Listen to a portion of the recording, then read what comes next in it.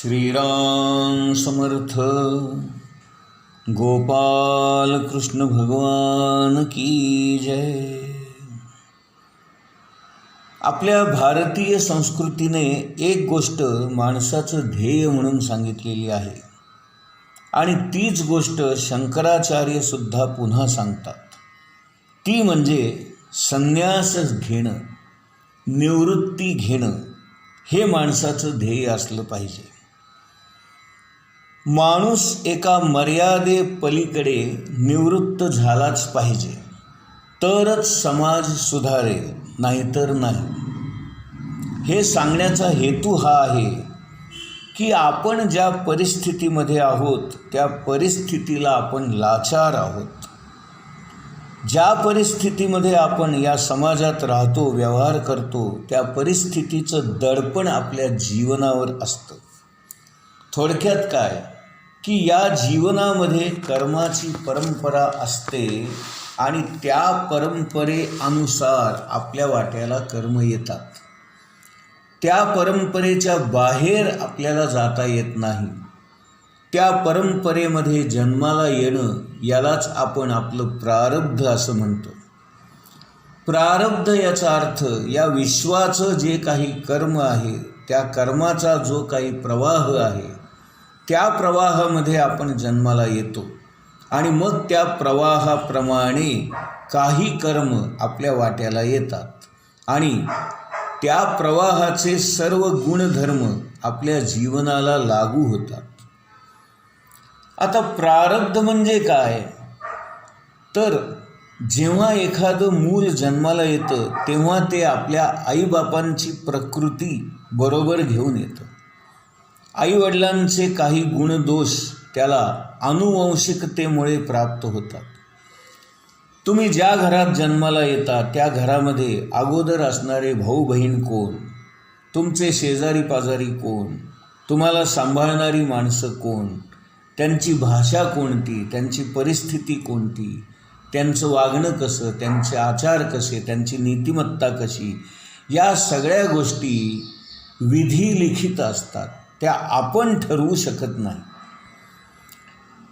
आणखीन महत्त्वाची गोष्ट म्हणजे आपल्याला कोणत्या शाळेत प्रवेश मिळावा, कोणत्या शाखेमध्ये आपण शिकावं, याही गोष्टी निश्चित झालेल्या असतात.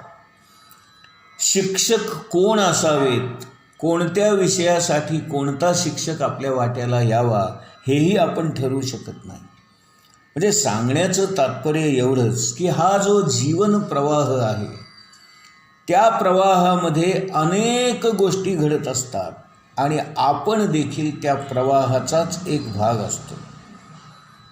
त्यानंतर आपलं लग्न कुठल्या व्यक्तीशी व्हावं हेही आपल्याला सांगता येत नाही. व्यासमुनी म्हणतात, पूर्व दत्तेषु या भार्या, पूर्व दत्तेषु या विद्या, पूर्व दत्तेषु यद्धनम, अग्रे धावती धावती. असा हा सगळा प्रारब्धाचा खेळ आहे. म्हणजे आपल्या प्रारब्धाप्रमाणे आपली भार्या म्हणजे पत्नी कोण असावी, आपण कोणती विद्या शिकावी आणि आपल्याला किती धन प्राप्त व्हावं, या सगळ्या गोष्टी प्रारब्धानुसार आपल्या जीवनामध्ये आपल्या आजूबाजूला धावत असतात आणि त्याचप्रमाणे आपल्या आयुष्यात गोष्टी घडतात. आणि म्हणून भगवान श्रीकृष्ण म्हणतात, नियतं कुरु कर्मत्वम.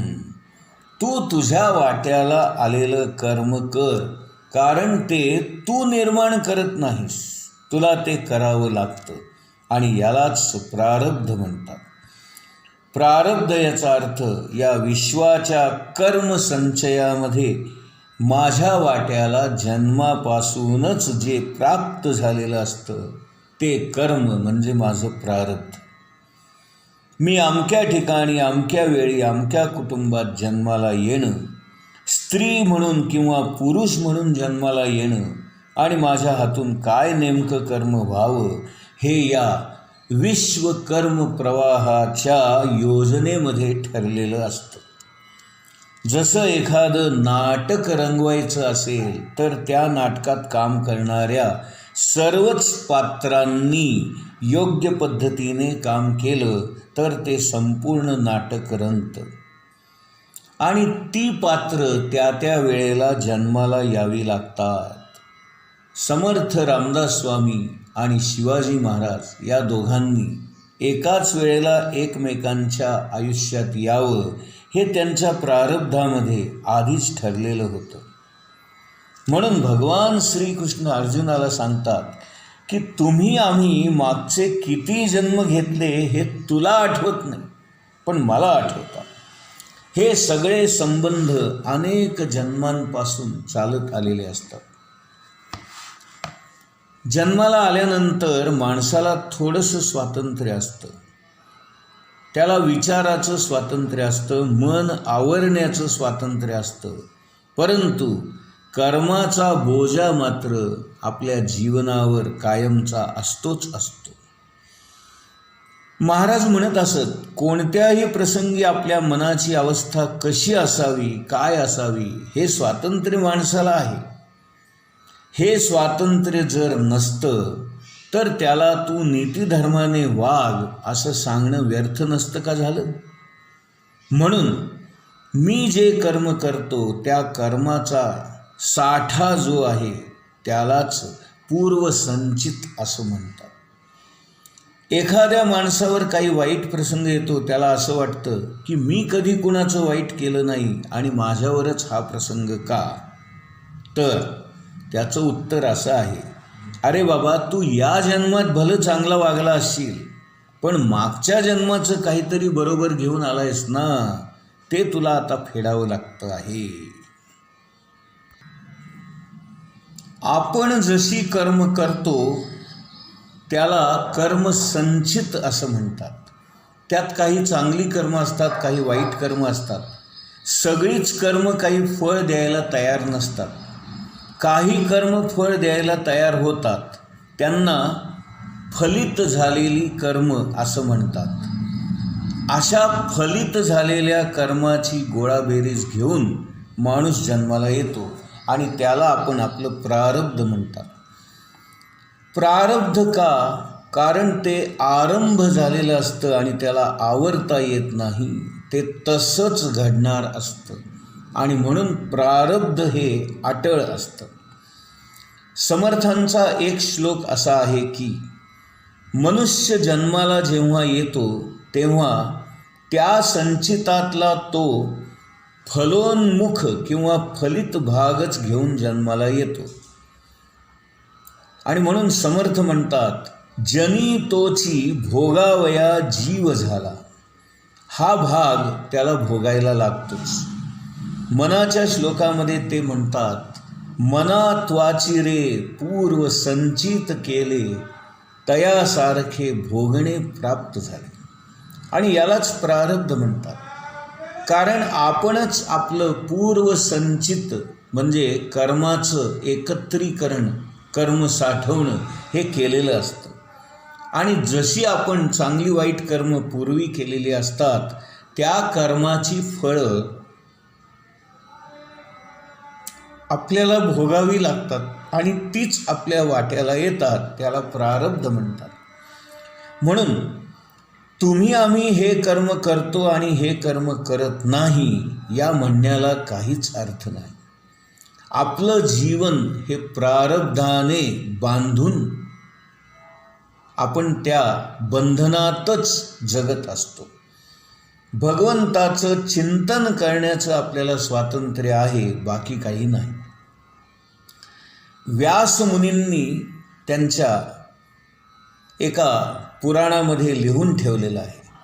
ते म्हणतात, आपला जन्म कुठे होणार, कोणत्या परिस्थितीत होणार, आपण स्त्री म्हणून जन्माला येणार का पुरुष म्हणून जन्माला येणार, आपला अंतकाळ कसा असणार, आपल्याला कोणते कोणते रोग होणार, आपले नातेवाईक कोण असणार, आपल्याला पैसा किती मिळणार, आपल्याला विद्या कोणती मिळणार, आपलं ऐश्वर्य किती असणार, या सगळ्या गोष्टी प्रारब्धाने अगोदरच ठरवलेल्या असतात. तुकाराम महाराज म्हणतात, अन्न धन मान हे तो प्रारब्धाधीन. तुम्हाला किती मान मिळावा, तुम्हाला कोणतं अन्न मिळावं, किती धन मिळावं, या सगळ्या गोष्टी प्रारब्धाने अगोदरच ठरलेल्या असतात. कर्माच्या बाबतीत संत सूरदास म्हणतात, उधो कर्मन की गती न्यारी. आणि भगवान उद्धवाला सांगतात, उद्धवा कर्माची गती न्यारी आहे, विलक्षण आहे. मूर्ख मूर्ख राजा किन्हो, पंडित फिरत भिकारी. कर्माची गती कशी आहे तर एखादा मूर्ख माणूस राजा म्हणून राज्यपदावर बसतो आणि एखादा पंडित दारोदारी भीक मागत फिरतो. ही कर्माची गती आहे. हा सगळा प्रारब्धाचा खेळ आहे. तुकाराम महाराज म्हणतात, भोग तो न घडे संचिता वाचुनी, करावे ते मनी समाधान. फक्त सत्पुरुषच असं म्हणू शकतात की इकडचं तिकडं किंवा तिकडचं इकडं त्यांना करता येतं. आपलं प्रारब्ध काही प्रमाणामध्ये ते बदलू शकतात. हा सगळा प्रारब्धाचाच खेळ असतो. आपलं प्रारब्ध बदलण्यासाठी देखील कोणता सत्पुरुष आपल्या आयुष्यात कधी यावा, हेही प्रारब्धच नव्हे का? म्हणून पुढच्या ओवीमध्ये ज्ञानेश्वर महाराज म्हणतात, म्हणोनी नैष्कर्म्य व्हावे, तरी येथ ते न संभवे, आणि निषिद्ध केवी रहाटावे, विचारी पा. मी कर्मच करणार नाही असं जर म्हणशील तर ते शक्य नाही. देहाने जरी कर्म नाही केलं तरी मनाने आपले कर्म चालूच असतात. मनाने धडपड चालूच असते. 4 प्रकारची कर्म आपल्या शास्त्रामध्ये सांगितलेले आहेत. काम्य कर्म हे पहिलं कर्म नाही का. दुसरं आहे नैमित्तिक कर्म. तिसरं आहे निषिद्ध कर्म, जे करू नये ते नाही का. म्हणून ज्ञानेश्वर महाराज म्हणतात की तुम्हाला नैष्कर्म्य होता येत नाही, कारण कर्म सोडून बसणं म्हणजे नैष्कर्म्य नव्हे. जो सर्वार्थाने निवृत्त होतो तोच नैष्कर्म्य होतो. पण आपण सर्वसामान्य माणसं मात्र आपलं कर्म करतच राहतो. पुढच्या ओवीमध्ये ज्ञानेश्वर महाराज म्हणतात, म्हणोनी जे जे उचित आणि अवसरे करूनी प्राप्त, ते कर्म हेतू रहित आचरे तू. कर्म आपल्या वाट्याला आलं आहे ना, तर आपण काय करणार? करावंच लागतं. म्हणून ज्ञानेश्वर महाराज म्हणतात की बाबा रे, जे जे उचित आहे, योग्य आहे, ते तू योग्य वेळेला करत जा. तू करून काहीच होणार नाही आहे. जे तुझ्या वाट्याला आलेलं आहे ते मात्र तू मनापासून कर. पार्था आणिकही एक नेणसी तू हे कौतुक, जे ऐसे कर्म मोचक आपैसे असे. अर्जुना, आणखीन एक गोष्ट तुला सांगतो. आपल्याला कर्म नको आहे ना, तर आपण त्यासाठी खटपट करतो. पण कर्मातून सुटण्याचा जो मार्ग आहे तो म्हणजे मनापासून कर्म करणे, हाच मार्ग आहे. आणि मनापासून कर्म केलं तरच आपली त्या कर्मातून सुटका होते. कारण मनापासून कर्म केलं म्हणजे ते काम संपतं, आणि संपलं म्हणजेच आपली त्या कामातून सुटका होते. समजा एखाद्या बाईला स्वयंपाक करायचा आहे आणि तिने ती टाळाटाळ केली तर ते कर्म काही तिच्या वाट्याचं जे आहे ते नाहीसं होणार नाही.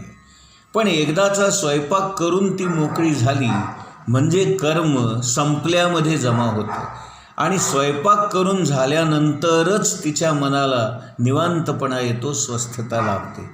अन्यथा त्या कर्माची जर टाळाटाळ केली तर तिचं मन तिला खात राहतं. अरे, आज आपण स्वयंपाक केला नाही, आज आपण चुकीचं वागतो आहोत, हे तिला मन खात राहतं. आणि म्हणून इथे ज्ञानेश्वर महाराज म्हणतात, कर्म करून संपवणं हेच कर्मातून सुटण्याचा किंवा कर्म संपवण्याचा मार्ग आहे. पुढच्या ओवीमध्ये म्हणतायत, देखे अनुक्रमा आधारे, स्वधर्मू जो आचरे, तो मोक्षू तेणे व्यापारे निश्चित पावे. म्हणून भगवान म्हणतात की तुझ्या वाट्याला आलेलं कर्म तू मनापासून कर. अनुक्रमा आधारे म्हणजे या विश्वाच्या कर्म प्रवाहाच्या आधारे जे कर्म आपल्या वाट्याला आलेलं आहे, जे कर्म आपल्या हातून घडणार आहे, ते या जगाच्या व्यवहाराप्रमाणे आपल्या वाट्याला आलेलं असतं आणि ते आपण अतिशय मनापासून करायला पाहिजे. इंग्लिशमध्ये एक फार सुंदर वाक्य आहे, you must throw yourself, whole self into it. म्हणजे काय की आपण आपला जीव ओतून कर्म केलं पाहिजे, तन मन धनाने कर्म केलं पाहिजे. ही प्रपंचातल्या कर्माची सवयच आपल्याला भगवंताकडे जाण्यासाठी उपयोगी पडेल.